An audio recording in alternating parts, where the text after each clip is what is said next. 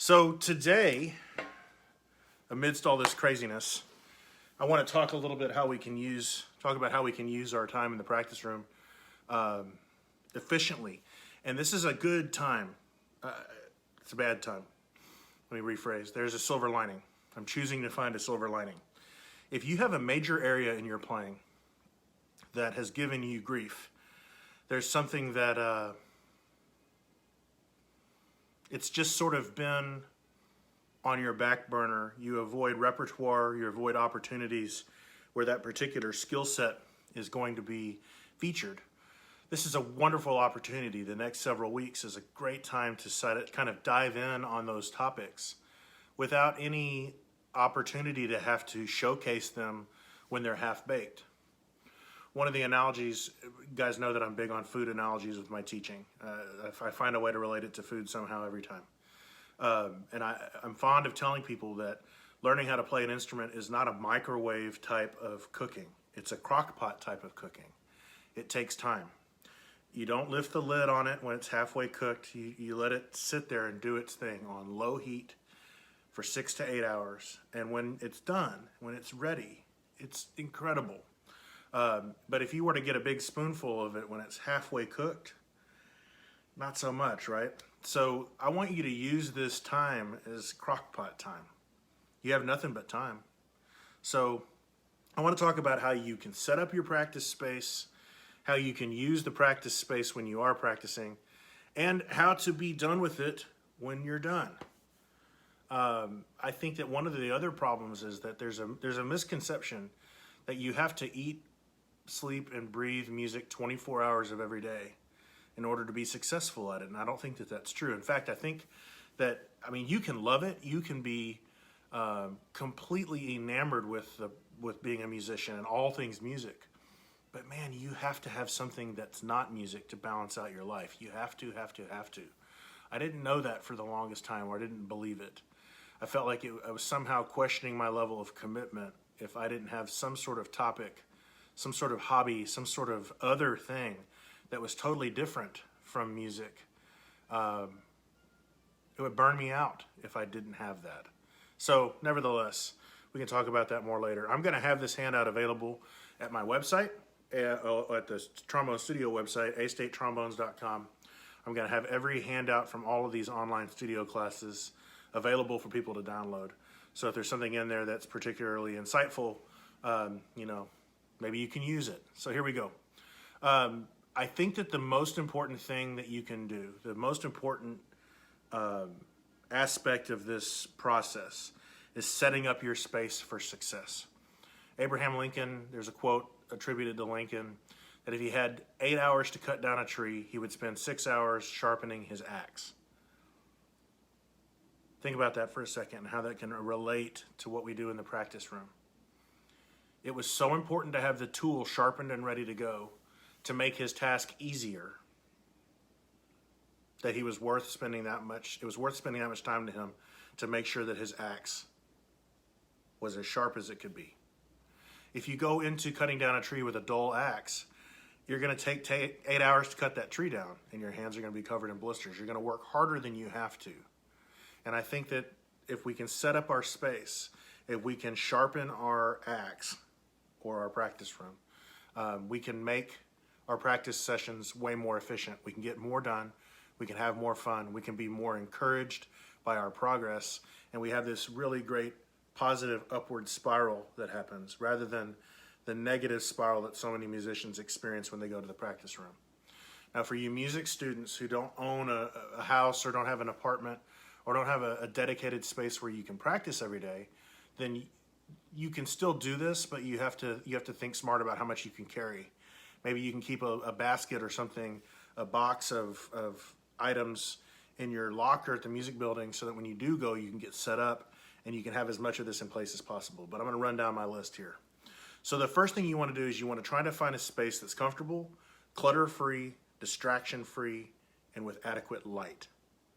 Right? Those all seem like no-brainers. You want the room to be comfortable for you. You know your own sort of internal temperature. My wife and I are exact opposite. She's cold all the time. I'm hot all the time. I need a room that's cold. You know your own optimal room temperature. You're going to spend a lot of time in here, so you need to have the things that you need to adjust to that temperature of the room. If it's always cold in that room for you, keep a sweatshirt nearby. If it's always hot, keep a little fan nearby. They even make USB fans that plug into a laptop that can be right in front of the screen, so you can have some sort of wind blowing on you that doesn't necessarily affect your playing.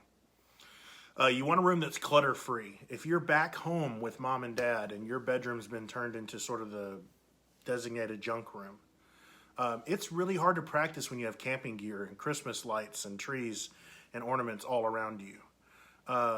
If you want to really get some points with mom and dad and you want to have a room that's conducive to good practicing, take some time to organize that space. I'm not saying you have to clean it all up, but at least get it into organized piles, or if there's plastic Rubbermaid totes nearby, put everything in totes and stack them up against the wall. They'll be happy that you helped organize that space that they haven't wanted to tackle, and you get a better practice room out of the deal. Let's see, distraction free. I think it's important that your room has doors where if someone's watching 24-hour coronavirus updates on the news, you can close the door and sort of push that away a little bit. Get away from some of the conversations that are happening. If you have younger siblings that are running around the house because they've had more sugar this week than they've had all year, then you want to be able to get away from those distractions as best you can. Make the room about the task at hand. This room is for practice right now. And you can do that without being a jerk. You can say, hey, for the next hour and a half, I don't need the house to be quiet. I just need this room to be quiet. So, hey, buddy, we can go play a board game later if you give me some time now to practice. You want to be sensitive to your siblings if you can. You want to be sensitive to the other people in the house if you can. You don't want to be the insufferable artist. You want to be reasonable. But I think if you're reasonable, they'll be reasonable with you.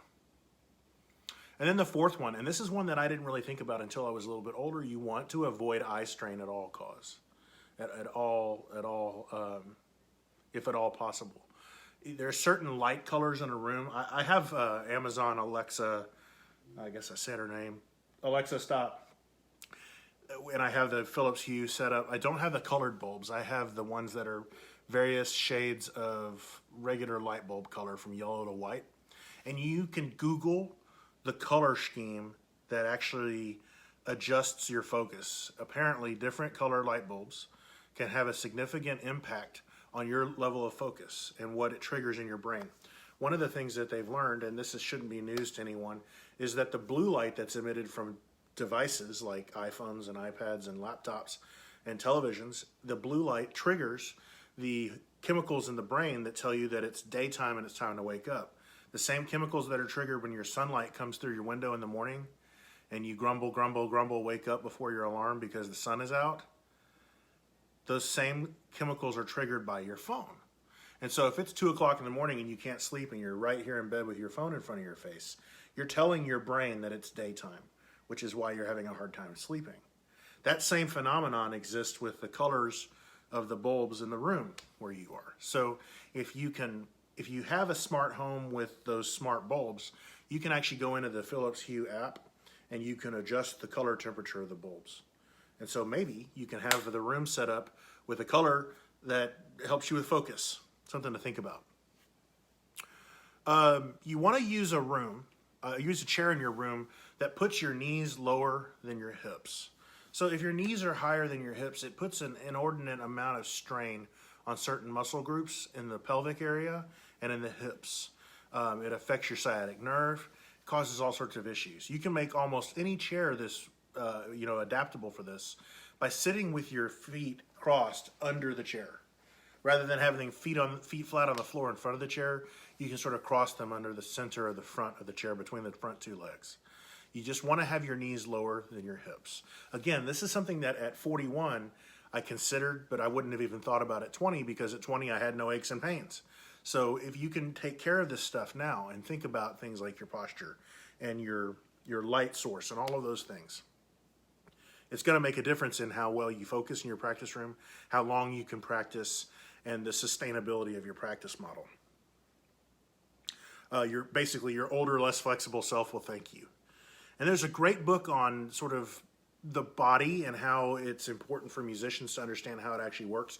The actual functional process of respiration, like what actually happens with the diaphragm, what actually happens with the rib cage, what actually happens with the lungs. It's a great book called What Every Musician Needs to Know About the What Every Musician Needs to Know About the Body by Barbara Conable. I'll let you have a link to it on Amazon, and I think you can even get an ebook of it. It's on the handout, so I'll have it there. You don't have to write that down. It'll be in the handout. It's a great book, and it really sort of changed the way that I understood how the body worked. It talks a little bit about sitting on the sitting bones in a chair, which goes into Alexander technique, and knowing how to sit, sitting with standing posture, and things like that. It's fascinating book. And here's one that's like, it blows my mind that I even have to say it, but I'm going to say it. Use a music stand.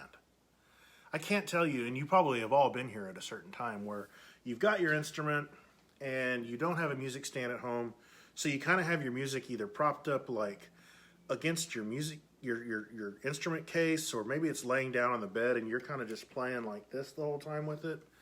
That's no good. Get a music stand. Get any kind of music stand. It can be a wire folding stand. I have several Manhassets that I've actually bought through the years. Just have a music stand of any kind. Make a music stand. In fact, I've made it with fishing line and thumbtacks in the wall, and then I use wooden clothespins to clothespin the music in place. Necessity is the mother of invention. So if you need to invent something.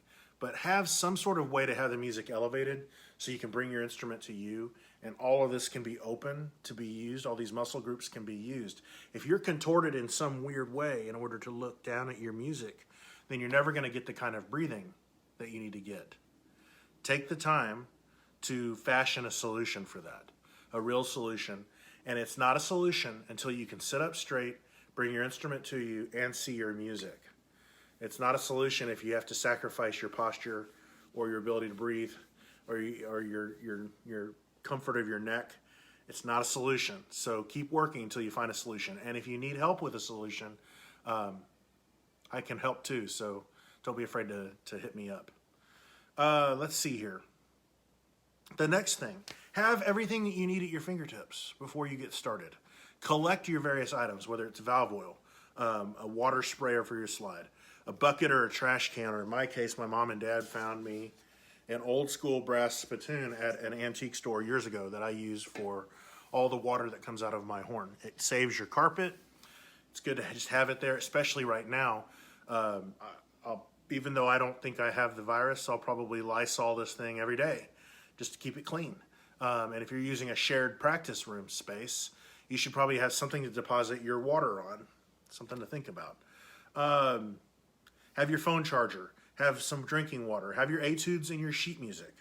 Have all of that stuff ready to go. Because I don't know about you, but I think we all in this time period tend to, I guess people, it's just the human nature. We tend to turn into golden retrievers.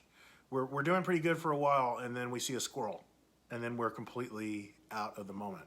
But if you have your Bordoni book, and you have your Blazevich, and you have your Arbin, and you have all your solos, and you have other projects that you're doing all right there, it can be stacked on the floor for all I care, that you can go seamlessly from item to item. But if you have your Arbin book in your car, and you have your Blazevich on the back porch, and you have something else in your locker, then you're going to spend half of your time collecting stuff. And while you may want to set it up that way so you have chop breaks, I'm going to talk about some other chop breaks that can be formally introduced into your practice room workflow, so you don't have to go find everything. So collect all of the items that you need before you get started. And then this is one that is actually an interesting trigger for the brain. Brush your teeth before your practice session. If you have a big breakfast and it's awesome and wonderful eggs and bacon and everything, there's salt, protein matter that you don't want to blow into your instrument. And you'll actually get more life out of your instrument if you keep it clean. And one of the ways that you can keep it clean is to brush your teeth before you play. My instrument tech at Independent Music in Sherwood, Arkansas, great people there, Robert Herring, everybody down there is awesome. George with the inspiring facial hair. They all tell me that when they clean my horn, there's not a lot in there. I keep it clean, and one of the ways that I keep it clean is I brush my teeth before I play. I don't always brush my teeth before coffee, but I do brush my teeth before I play. Keep your mouthpiece clean. But brushing your teeth can also be a sort of a Pavlovian response. It sort of lets you know, it's one of those rituals to let you know that you're about to sit down and practice. I guess mint toothpaste can be a Pavlovian response. So yeah, brush your teeth. Set all your smart devices to airplane mode. I can't tell you how quick, we talked about that golden retriever squirrel thing before. There's nothing that's going to take you out of the moment faster than a text from someone who has a question. If it's a true emergency, unless you're an emergency responder, unless you're a medical doctor, unless you're a member of some sort of medical or emergency response team, if it's an emergency, they need to call 911. If someone's in the hospital, I'm not saying, well, Dad had a heart attack, I've got to practice for the next hour before I go see him. By all means, go see him. But chances are, if you're right now, you're quarantined to your house, most of those people are going to be around you anyway, and they can just come in the door and tell you. But, you know, if you have a significant other, and I'm just going to say this, and you can disagree with me all day long, but if you have a significant other that's not a musician, and they're texting you constantly, you should be able to say to this person, I love you. You're tremendous. You add so much to my life. But for the next hour to the next hour and a half, I'm going to practice. And I'm going to have my phone on airplane mode. So you can text me all you want, and I'll get all of them when I'm done with my practice session. When we're musicians, it's part of who we are. It's hard to separate. And so if that person loves you and cares about you, then they love and care about the fact that you love music as well. And they should be happy with the fact that you're working hard towards your goal. If they struggle with that, then you should have a different conversation. I'm not telling you that you need to break up, but I'm telling you that you need to have that conversation. Because if this is going to be a part of your life moving forward, and maybe they're going to be a part of your life moving forward, there's going to have to be an agreement met. And they can have you for 22 hours a day, but for that time when you're in the practice room, the phone's on airplane mode. You don't have your other apps open. If you use your metronome and your tuner, and maybe you record on your phone, wonderful. But you can do all that on your airplane mode. You don't have to have connection to data while you're doing that. Just my opinion, but I've seen it flesh out too many times to not believe that it's the right way to go. Another thing you can do, and I don't actually have it here, I'm not following my own advice, I don't have everything collected. Grab a kitchen timer, one of those 20-minute egg timer things. Or it's not a 20-minute thing, it's an hour-long timer, but the one that the dial. There's this technique called the Pomodoro technique. The idea is that you set a timer for a predetermined amount of time. And while that timer is going, you work on the task. And when that timer goes off, you move to the next task. And it means that you've done 20 minutes or 30 minutes or 45 minutes of focused, detailed work on that thing without watching the clock. You can put 100% of your attention into the task at hand because you're not having to think about how much time you have to spend on the topic. You go until the bell rings, and then you reset the timer, and you go until the bell rings, and you reset the timer, and you go until the bell rings. It's a wonderful tool. And the last thing, set up your recorder and any headphones or speakers before you start the session. It's a great way to have a feedback loop for your work. You practice for a while, you record something, you set the trombone down, or you set the trumpet down, you set the tuba down, you set down the violin. You put the headphones on, you grab a pencil, and you're listening to the music in your practice session with the instrument resting. That's your built-in chop break. You take those minutes while you're analyzing what you're doing after you're doing it. You listen back to the recording. You have everything set up and ready to go. Think about this for a minute. How many times have you wanted to really start recording your practice sessions? And you have a really nice Zoom recorder that you got for Christmas. And you may have cracked that thing open like 5 times because you don't always remember to bring it with you. Or if you remember to bring it with you, you don't always remember the USB power cable or the power brick to plug it in the wall. You don't always have the thing set up ready to go. And so you don't want to break your concentration to go get the recorder. Take the time ahead of time to set that up. And then, I would rather have it set up and then not use it than need it and not have it set up. So take the time to set up your electronics before you get started. And as far as that goes, if you're going to use the recorder, set it up in front of you, but roughly at the same height that you are, whether you're sitting or standing, and off center from the bell. It will help get rid of feedback and clipping, and gets a little bit more of the room noise, so it's a little bit more accurate representation of what you sound like to others. Now, once you have your space set up, and notice that I've taken like 20 minutes to talk about all of that. It's super important to have that space, have everything you need for that space. Maybe make a checklist of things that are important to you that you think you're going to need. A lot of people they sort of laugh at me when they learn that I do this, but I have a laptop bag that has a separate charger for every device that I use at home or abroad. It's much easier for me to just grab the device, put it in the bag, grab the device, put it in the bag. The thing that slows it down is grabbing the device, grabbing the cable, wrapping up the cable, putting the cable in the bag. The more you wrap that cable up, the weaker it gets, the more it wears out. Next thing you know, you have to buy another cable. If I have a cable at home and I have a cable in the bag for use abroad, then I'm more likely to use all of those things. So once you have your space set, once you have your table set, a nice tablecloth, all the silver is shined and all the porcelain is dried without any water spots, now we can serve the meal. Now we can have the practice session. And we start the practice session by focusing down. There's a wonderful author, sports psychologist, who's also been working with musicians for a long time. His name is Don Green, and that's Green with an E, just like Greene County, Greene. Talking about focus and having rituals for your practice session and for your performances. He's helped countless people. I think he's worked with Juilliard for years. Great books. I can even maybe list a few of them here in the handout when I post it. But I want to give you a very, very simple breathing exercise to help you focus for your practice session. And it takes like 2 or 3 minutes. So I'm using my phone now for this, so I can't set the metronome. But you close your eyes, set your hands in your lap or at your side. Set a metronome to a very slow tempo, something like 52 beats a minute, 52 beats a minute. Inhale through the nose for 4 counts. Exhale through the mouth for 4 counts. And do that 5 times. Then inhale for a count of 5 through the nose. Exhale through the mouth for a count of 5. Then 6. Visualize while you're doing this. Visualize your practice session going smoothly. And remember that your goal of each session is not perfection, but progress. As long as you're getting a little bit better each time, then you're doing what you need to be doing. I think we put a tremendous amount of pressure on ourselves to get it right now, perfectly. And I don't think that that's fair to you.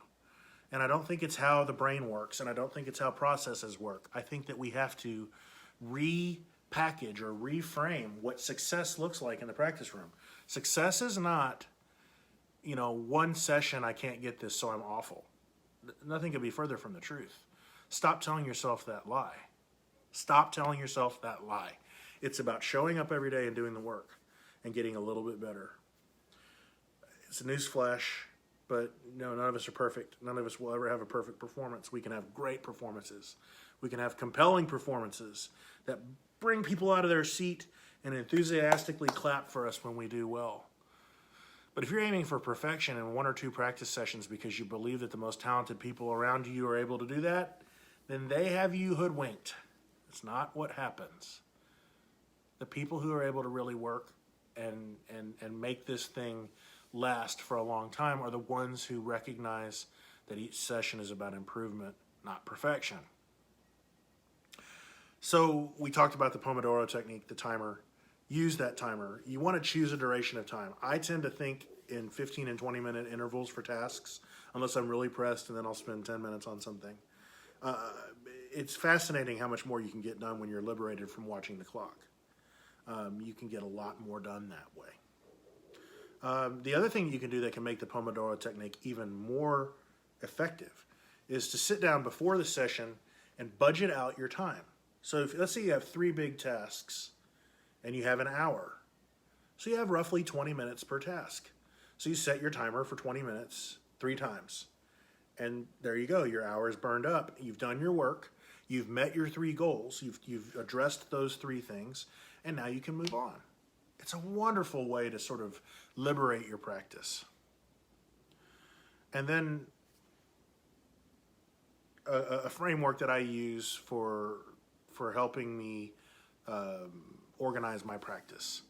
I think SMART: specific, measurable, attainable, realistic, and timely. Specific, measurable, attainable, realistic, and timely. Those last two are super important. Realistic and timely. They're all important. Attainable. What can I do today to get better? I can't do everything today, but I can do something today. Even if I'm sick, I can do something.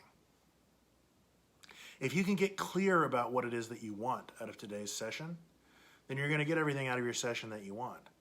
But if you sort of go into it sort of abstractly, like, oh, I'm going to practice a lot today and I'm going to become a great musician. If you can figure that out, then you're a better musician than I am, and you're probably a magician, because for most of us, that's not how it works. For most of us, we have very specific tasks, and I've had to learn how to do that. I used to be sort of a global practice person where I would just go into the room and I'm going to go practice, and I didn't have any idea what I was doing. And I wasted a lot of time that way. One other thing. Practicing your instrument is kind of like eating a healthy diet. Eating one big binge meal a day is never good, right? You feel awful. You're probably going to overeat because you get to a certain point where, like, it doesn't matter. If you've already had 7 plates at the buffet and you have an 8th plate, you're probably not going to feel that much worse. But if you can have like 6 small snacks a day, you know, they talk about breaking up your meals so that you get a little bit at a time and you kind of have a constant state of nutritional, you know, calories coming in, good stuff, then you're actually better off. And I think that if you break your practice up into 5 or 6 small sessions, you're actually going to be more beneficial, because the human brain can only maintain its maximum focus for about 25 or 30 minutes at a time. Yeah. But also remember that the occasional treat, just like in a diet, the occasional treat is okay. The occasional practice treat is also okay. It's okay to take time to play something just because you love playing it. The occasional piece of musical chocolate cake or bowl of ice cream. Sit down and play something that you love, that you know you play well. Because from time to time, I think we have to reconnect with the things that made us fall in love with this. And that's totally okay. And the other final food analogy as it relates to practicing. The facets of playing you need to be working on are analogous to the foods that you know you should be eating but aren't craving. A lot of times fundamentals are kind of like the green leafy vegetables or the Brussels sprouts. And we want to focus on the barbecue and the cheeseburgers, which are the fun things and the high, fast, loud. But the things that are actually going to sustain you are the foods that you don't really like to eat and the practicing that you may not really like to do, scales and arpeggios. They're super important. They're not the most fun, but they're probably what we need to be spending time on. And then one final thing relating to the actual practice session itself, a practice journal. Now, this is a topic that I flip-flop on all the time. I have a pretty clear idea what I know to be working on, and I keep a lot of it up here, but I would be lying if I told you that I kept a detailed practice journal through the years. It just hasn't. Every time I've tried, I get like 3 days in, and then I leave it somewhere, or I forget to do it for a week, and then I don't know why I'm even going to keep trying. But I can usually keep a pretty clear idea of what I need to be working on. I know what's coming up next. Some people, though, they derive great power and focus, and they just love having that journal. And so if the journal works for you, you should do it. You need to have a record of what you're working on in some way. And if for no other reason, it will allow you to sort of problem solve and brainstorm issues for your students. There have been times when I've been able to go back and talk about things that worked for me, specific books that help solve problems, particular etudes in those specific books that help solve problems. But most of the time I'm able to retain that here. I kind of know what books to go to for specific issues in a person's playing. But maybe if you have some sort of playbook that you've kept from your own practice sessions, from your own practice journals or practice logs. Maybe that can help your students. Each person has to kind of know what works for them with that. And so here's just a few thoughts to wrap things up today as I take another sip of coffee. I probably shouldn't even be sipping coffee on here. It might be rude, but my students know that I often sip coffee or Coke Zero in studio class, so I'm trying to make it as authentic as I can. So when you're done with the practice session, be done with the practice session. Remember that life is a cinch by the inch. You're going to lose mental focus after about 25 minutes. But if you have those shorter sessions, it adds up quickly. If you can break this down into little pieces by the inch, then you are more likely to be able to be successful in the practice room. Your brain is most likely to need a break before your chops will need a break. If you maintain an awareness of healthy playing throughout your session, you're probably not going to need a ridiculously large warm down experience. I do a few things at the end of a heavy playing day. Luckily in the symphony, I play second trombone, which is not a range intensive part. In fact, it has me playing in and below the staff a lot, which means that at the end of a concert, I could do another concert right away. But when I played a lot of principal, I had to do more to kind of keep my chops in shape. But you know, sort of the old adage, the best warm down is putting the horn in the case. There's a nugget of truth in there. I do think that you need to figure out what works for you, but in some cases, you're going to have this idea of this law of diminishing returns is going to kick in. You're going to have a moment where you realize that you're no longer being productive, and now you're just beating your head against the wall. Put the horn away. Set it down. If you have that dedicated practice space, you don't have to pack everything up. You can just put the horn down, close the door, and go do something else for an hour and come back. But you have to listen to yourself, listen to your body. No pain, no gain does not apply here. If something hurts, stop. Give yourself a second to recover. Give yourself an hour. Go get some water. Go walk around the block. Do what you need to do to maintain healthy levels along the way. And one final thing, you are going to lose water vapor when you exhale. Every time that you take a big deep breath and you exhale, you're losing water. It's part of the water that you dump out of your instrument when you hit the spit valve. So you need to stay hydrated. You're going to have to actually hydrate more if you're practicing a lot. And if you're at home and you're bored and you're practicing more than normal, you're going to dehydrate faster than normal. So keep that water nearby. There's a lot of formulas for how much water you should be drinking. You know what's best for your body. You know how many bathroom trips a day that you can handle. There's all sorts of little quips about knowing if you're drinking the right amount of water. Some people would say you take your body weight and divide that number by 3, and that's the number of ounces that you should be drinking a day. But I'm not a medical doctor, so I'm not going to offer you any specific advice. I'm just going to tell you that, what is the standard recommended 6 to 8 glasses of water a day. I would maybe add an extra glass or 2 of water to that if you're practicing heavily.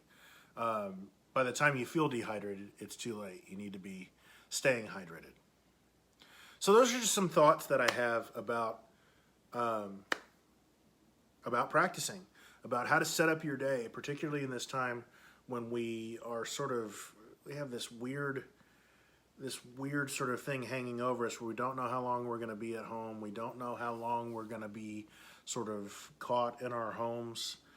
But it's a tremendous opportunity to get some good things done. It's an opportunity to dig in and work hard on some things that you might not normally get the chance to work hard on. I hope you have a wonderful day, and I will catch you later. Bye-bye.